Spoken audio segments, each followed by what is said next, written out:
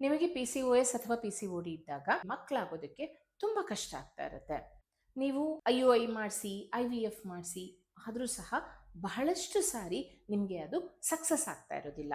ಒಂದು 2 ತಿಂಗಳಿಗೆ 3 ತಿಂಗಳಿಗೆ ನಿಮಗೆ ಅಬಾರ್ಷನ್ ಆಗ್ತಾ ಇರುತ್ತೆ. ಯಾಕೆ ಹೀಗಾಗತ್ತೆ? ಯಾಕಂತಂದರೆ ನಿಮ್ಮ ದೇಹದಲ್ಲಿ ಯಾವಾಗ ಹಾರ್ಮೋನ್ ಬ್ಯಾಲೆನ್ಸಿಂಗು ಸರಿಯಾಗಿ ಆಗಿರೋದಿಲ್ಲ ಅಥವಾ ನಿಮ್ಮ ದೇಹ ಯಾವಾಗ ಒಂದು ಮಗುವನ್ನು ಬೆಳೆಸಲಿಕ್ಕೆ ರೆಡಿಯಾಗಿರೋದಿಲ್ಲ ಅಲ್ಲಿವರೆಗೂ ಈ ಪ್ರಾಬ್ಲಮ್ಮು ಆಗ್ತಾನೆ ಇರುತ್ತೆ.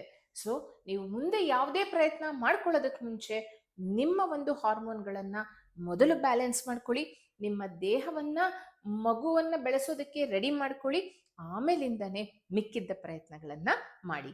ಇದೇ ಥರ ನಿಮಗೆ ಇನ್ನೂ ಹೆಚ್ಚಿನ ವಿಷಯಗಳನ್ನು PCOS ಮತ್ತು PCOD ರಿವರ್ಸಿಂಗ್ ಮೆಥಡ್ಗಳನ್ನು ತಿಳ್ಕೊಬೇಕಂತ ಅನ್ನೋದಿದ್ರೆ ಮೂಲಿಕಾ ಆಯುರ್ವೇದ ಅಕಾಡೆಮಿ ವತಿಯಿಂದ ನಡೆಸುವಂತಹ 3 ದಿನಗಳ ವರ್ಕ್ಶಾಪ್ಗೆ ನೀವು ರಿಜಿಸ್ಟರ್ ಆಗಿ ಎಸ್ ಅಂತ ಕಮೆಂಟ್ ಮಾಡಿ, ನಾವು ನಿಮಗೆ ಲಿಂಕನ್ನು ಕಳಿಸ್ಕೊಡ್ತೀವಿ.